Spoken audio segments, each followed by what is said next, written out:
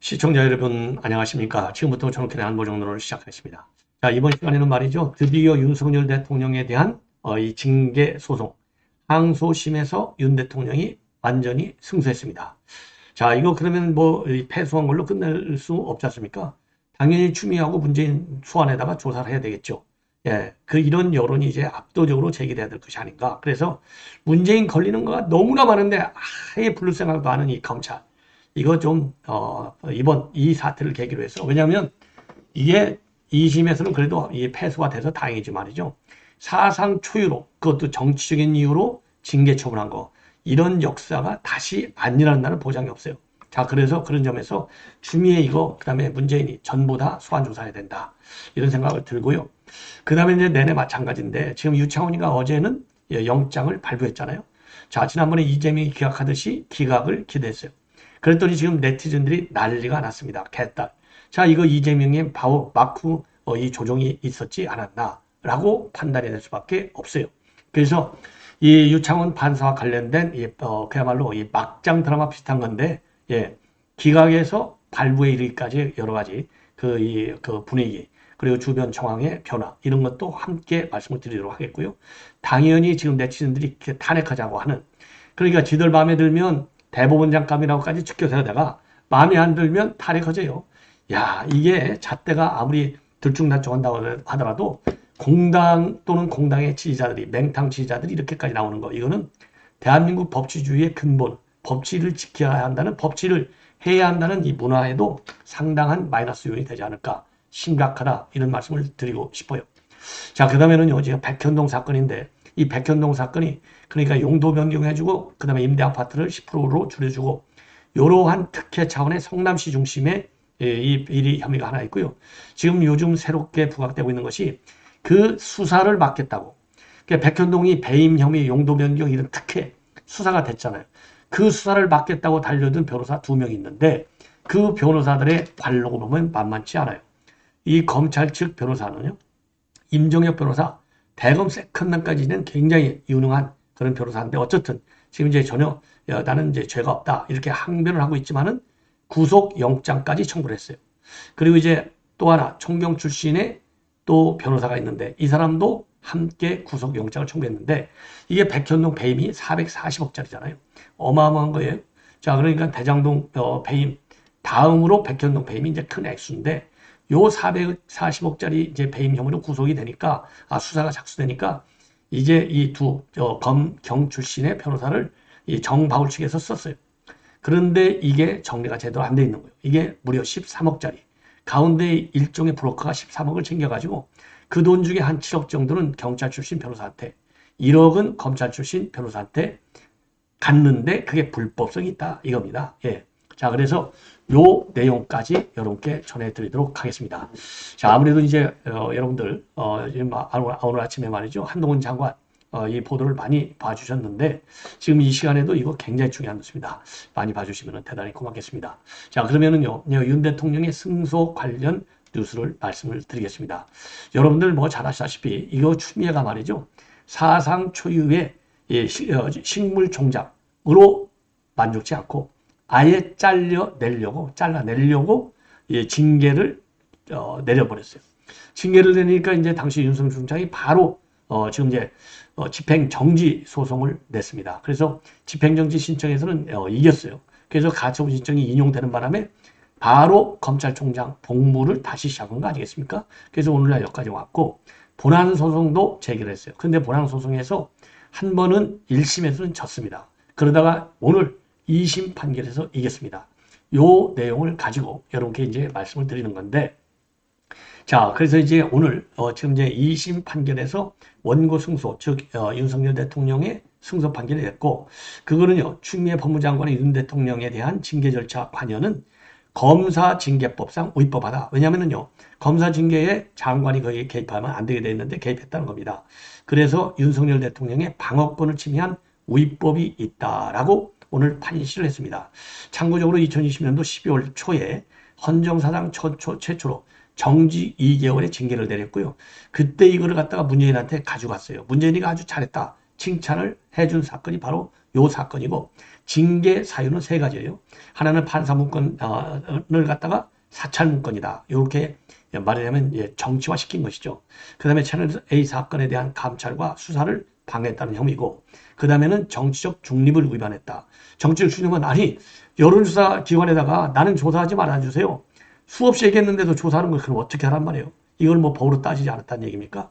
말도 안 되는 거. 그리고 판사 사찰 문건은 언론에 다 나온 얘기를 그냥 읽기 쉽게 요약해서 정리했을 뿐이에요. 그리고 채널4 사건은 추미애 지가 직접 지시했어요. 직접 지시해놓고 어떻게 윤 대통령이 그걸 갖다가 수사를 방해합니까? 말도 안 되는 짓거리를 한 거잖아요. 그래서 요거를 이제 이 사퇴시키려고 식물총장 갖고 마음에 안 드니까 했다가 결국은요, 이 서울행정법원에 징계 취소 소송하고 그 다음에는 집행정지 신청을 해서 집행정지는 바로 인용이 돼서 복귀를 했고요. 취소 소송은 1심에서 패소를 했습니다. 자, 1심에서 패소했는데 세 가지 사유 중에 판사문건하고 채널A 감찰 수사방은 요 두 개는 징계 사유가 된다. 예. 그리고 정치적 주의방 위반했다. 이거는 이제 무죄. 그래서 결국 1심에서 패소했는데 바로 불복 항소를 해가지고 오늘 이기게 된 겁니다. 자, 그래서 손경식 변호사가 이거를 이 사건을 쭉 담당했는데 이 사건 징계가 절차적으로 위법이 컸다라고 하는 원고 쪽 주장이 상당 부분 받아들여졌다는데 의미가 있다. 그리고 이 항소 과정에서 이제 불복해서 이제 항소 과정에서요. 구본선 전 광주고검장 이정화 부장검사를 상대로 직접 신문까지 했습니다. 예. 자, 그래서 당시에 왜 그러냐면 구본선 광주고검장은요, 당시에 대검 차장이에요. 이게 바로 밑에 있어서 잘 알잖아요. 채널A 사건을 갖다가 인권부가 조사하도록 하자고 윤 대통령의 본인이 건의했다. 윤 대통령이 지시한 것이 아니라 내가 건의했다. 그러니까 윤 대통령의 직접 책임이 없다는 얘기고요.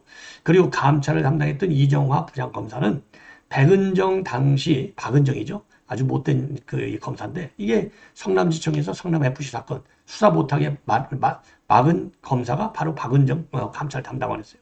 징계사유가 성립하지 않는다. 이 의견은 본인이 제시한 거다. 이렇게 입장을 내놨고, 그리고 이제 항소심에서 이 윤석열 측 변호인은요, 검찰 내부 업무 구조와 관련된 규정을 깊이 살피지 않은 채 극소수의 진술과 주장만을 취신한 것이 문제다. 이렇게 지적을 했습니다. 자, 그리고요, 이제 추미애 측에서는요, 징계 양정은 기본적으로 징계권자의 재량이다. 재량권이 남용되는 경우에 한해서 징계가 위법하다고 보고 있기 때문에 객관적인 검토가 필요하다. 예, 이렇게 억울함을 주장하고 있는데, 자, 이 항소심 과정에서요, 지금 이제 이 한동훈 장관의 항소심이잖아요. 이 항소심은 이제 한동훈 장관 측에서 했는데, 1차 이 항소심에서는 이제 이 소송 대리 아까 이제 이 손경식 변호사 측이 쭉 했는데, 2심 변호부터는요, 정부 법무공단 변호사를 선임했는데, 그 1심 소송 대리는 해임하고, 이 정부 법무공단 변호사 선임이 결국은 성공을 한 것이 아닌가. 이렇게 생각이 듭니다. 예. 자, 그래서 1심 판결이 정치적인 편향 판결, 이제는 이런 건 이제 끝내야 되겠죠. 자, 이 정도로 해서, 그러니까 결론, 이게 정치적으로 징계를 추진했다. 객관적 실체가 없는 징계 사유를 의도적으로 조작해서 징계를 처분하다가 실패한 것. 따라서 추미애, 그 다음에 문재인에 대한 소환 조사가 불가피한 것이 아니냐. 그래서 시민단체 여러분들께서 말이죠. 이거 바로 고발하십시오. 예. 그래서 감사원에다가도 감사를 청구하고 검찰에다가는 수사를 의뢰해야 될 것이 아닌가. 이렇게 생각이 듭니다. 자, 이제 송영길과 관련된 얘기인데요. 자, 지금 현재 이 같은 판사인데 이 야당 지지자들이 말이죠. 이재명 영장을 기각했을 대법원장감이야. 이렇게 축켜 세워놓고 이제는 송영길이가 구속되니까 이거 탄핵감이야. 이게 도대체 이게 한 사람의 입에 이게 그러니까 내로남불의 좌파 세계의 전형적인 특징 내로남불이나 마찬가지예요. 이중인격자들. 예, 거짓말쟁이들. 자, 그래서 지금 송영자 지지자들이 이번에 어제 갈 때 법원에 그리고 최근에 지난 10월 달에도 이 검찰청에 송영자 2번이나 갔잖아요. 나중 수사라고 난리쳤잖아요. 그래도 수사를 늦게 오는 바람에 이제서야 구속이 된 거예요.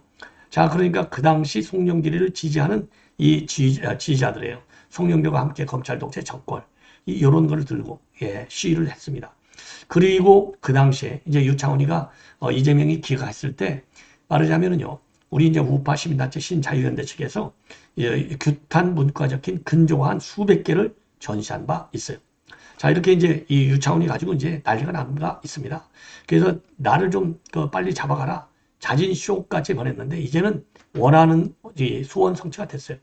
자, 그래서 요 문제를 먼저 여러분께 이제 보도해 드릴 예정으로 있습니다. 자, 그래서 이 송영길과 관련된 이 내용을 종합적으로 이제 말씀을 드리면 참 기가 막힌 거예요. 요거는 제가 조금 자세하게 설명을 좀 해드려야 되겠습니다. 자, 그래서 이제 결론적으로 이제 어젯밤에 본인 소원대로 이제 붙잡혀 들어갔어요. 그랬더니 판검사들에 대한 분노가 일제히 쏟아져 나오고 있습니다. 자, 판사는 당연히 이제 이 유창훈 판사에 대한 분노.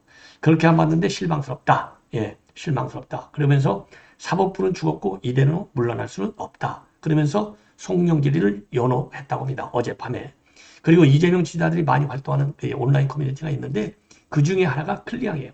클리앙이 지금 난리가 났다는 겁니다. 예, 그래서 오늘 새벽이죠. 오늘 새벽 어제 이제 한밤중에 영장이 발부됐으니까 뭐라고 올라왔느냐?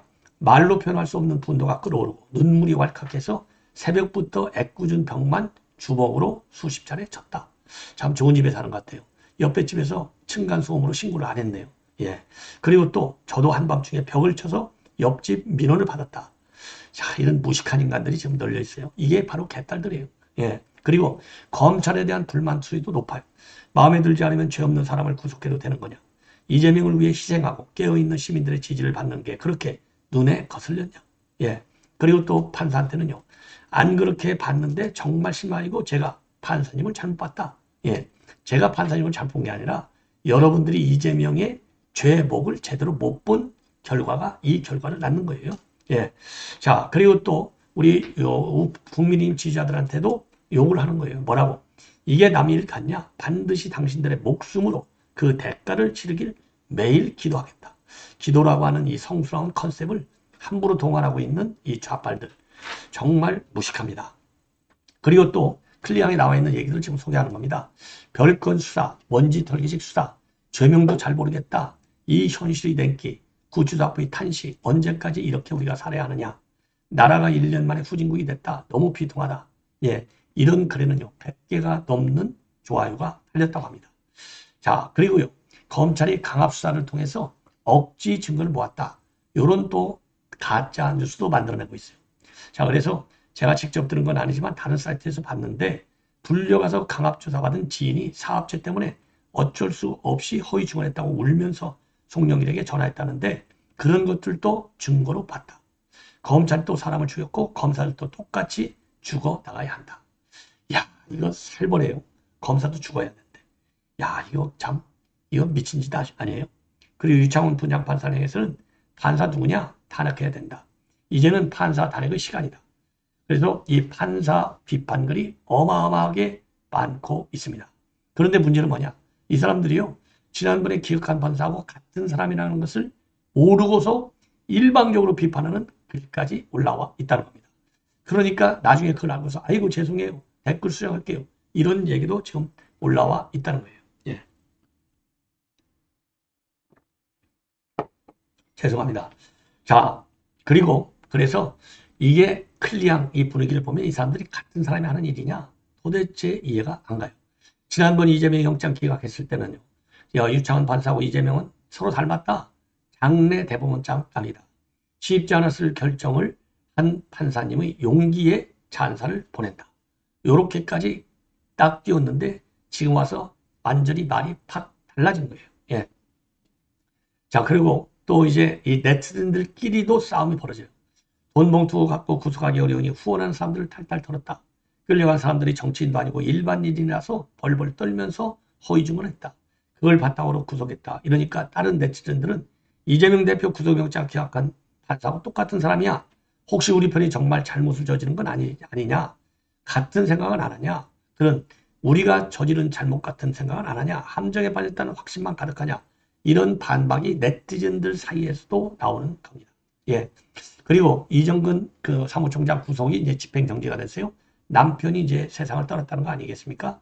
요걸 가지고서도 검찰에서 뭔가 하고 있다. 남편 상이라고 기사에 나오는데 장례를 치러야 하지 않겠느냐. 이런 서로 충돌하는 지금 댓글이 올라와 있다고 합니다. 예. 자, 이러니까 참 난리가 나는 것이죠. 예. 요 정도로 송영길 영장 발부와 관련해서 네티즌들끼리도 싸우고 검사도 욕하고 판사도 욕하고 판사 욕하면서도 이재명 영장 기각한 판사하고 똑같은 판사가 영장을 발부했다는 사실도 모르고 무조건 욕하고 보고 탄핵몰이를 하는 이 야당과 그 개딸 지자들의 이 행태 반드시 내년 4월 총선에서 심판의 소재로 우리가 활용해야 될 것이 아닌가 이렇게 생각이 드네요. 자, 이번에는 이제 마지막으로 이 백현동 수사 의혹과 관련된 내용인데요. 바로 이제 임정혁 전 고검장, 곽정기 전 총경, 예, 뭐 사법시험 합격해가지고 이거 이제 김현장으로 갔다는 번인성 사건 수사 G 경찰이에요. 실력이 좀 있다 이렇게 평가를 받았겠죠. 이분 둘에 대해서 구속영장이 방금 전에 청구가 됐습니다. 자, 그래서 이 구속영장 청구 여러분들 뭐 그동안에 압수수색도 했고요. 소환 조사도 했고 그러니까 다 끝났어요. 아, 이거 혐의가 있다. 그러니까 변호사를 갖다가요. 변호사법 위반 혐의로 구속영장을 친 겁니다. 예, 구속영장을 쳤어요. 자, 그래서 요 내용을 말씀을 드리면은 자, 백현동 사건은 뭐 여러분들 너무나 잘 아시니까 사건 내용은 뭐 말씀드리지 않고 백현동 사건에서 이제 시행사 정바울이가 수사선상에 올라오잖아요. 그러니까 변호사를 선임해야 되잖아요. 근데 변호사 선임을 누가 중간에서 브로커가 나오느냐? 전 KH 부동산 디벨로프먼트 회장 이모 씨가 여기 이제 브로커로 등장을 합니다. 이 브로커가 정바울한테 접근을 해가지고 내가 너 변호사 좋은 변호사 선임해 줄게 해서 하나는 경찰단 수사 단계에서는 경찰 출신인 곽정기 총경을 갖다가 변호사를 선임해주고 검찰 수사 단계에서는 이제 검찰 출신의 검찰 세컨맨 대검 차장까지 있으니까 임전혁 변호사를 갖다가 소개해줘요. 요 사이에서 돈을 13억을 뜯어 먹습니다. 수사무마는 대가로. 그래서 이 사람은 이미 지난 20일 날 구속 기소가 됐어요. 그리고 이 사람 입에서 11월 20일 날 구속 기소가 돼가지고 여기서 진술을 많이 받아내서 추가적으로 이 13억이 이게 불법적으로 변호사들한테 들어간 거구나. 이렇게 해서 이제 수사망을 확대합니다. 자, 그러면 이 임정혁이는 누구냐? 좀 아실 필요가 있어요. 어마어마한 사람인데 수원지검의 성남지청장, 대검의 공안부장, 서울고검장, 대검 차장검사를 지냈고 2015년도에 법무연수원장을 끝으로 떠나서 변호사를 개업했고요. 드루킹 특검 후보로까지 추천이 됐고 그리고 공수처 후보 추천 의원으로까지 활동을 했어요. 어마어마한 실력자죠. 그리고 그 곽정기 총경은 경찰청 특수수사과장, 서울광진경찰서장, 서울청지능범죄수사대장을 지내다가 2019년도에 경찰을 떠나서 김현장 로펌에 들어갔습니다. 경찰 재직 때 큰 사건은 버닝썬 사건을 수사 지휘한 경찰이기도 합니다. 요 사람들이 이제 걸려드는 겁니다. 그래서 이 이모 씨 중간 브로커가 13억을 정바로한테 받아먹었는데 이게 이제 이 두 사람을 변호인을 채용했는데요.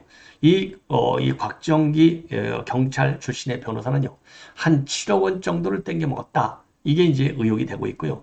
그리고 이제 임정혁 변호사의 경우는 1억 정도를 수임료로 받았는데 이게 처리가 제대로 안 됐다. 그래서 이게 이제 변호사법 위반이 되는 겁니다. 자, 그래서 임정혁 검사장의 경우에는요.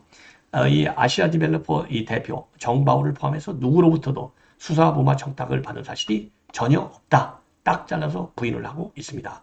자, 그리고 법이 허용하는 한도 내에서 합법적 변론 활동을 했다. 그리고 또 변호인 선임 신고서, 담당 변호사 지정서, 서울변협 경위 확인서, 약정서 이런 서류를 전부 공개를 하고 나섰습니다.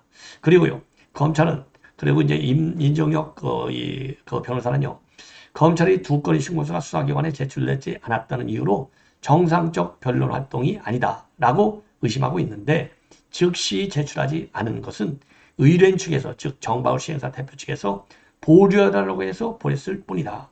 통상적 변론을 넘어서는 어떠한 활동도 한 사실이 없고 검찰이 압수해간 증거물을 확인한다면 실제 수사 무마 시도가 전혀 없었음을 알 것이다.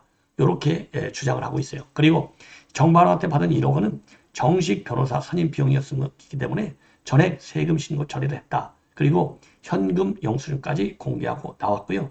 그리고 약정 내용에 따라서 의뢰인이 부가가치세를 지급해 줄 것으로 기다리고 있었는데 더 이상의 불필요한 오해를 방지하고자 금액 전원에 대해서 현금 영수증을 발급했다. 이렇게 설명을 하고 있습니다. 그리고 이제 또 이 수임료 8억 원의 자금을 받은 것으로 알려진 이 총경 출신의 곽정기 변호사 역시 정당한 변론이다. 전면 부인하고 있습니다. 예.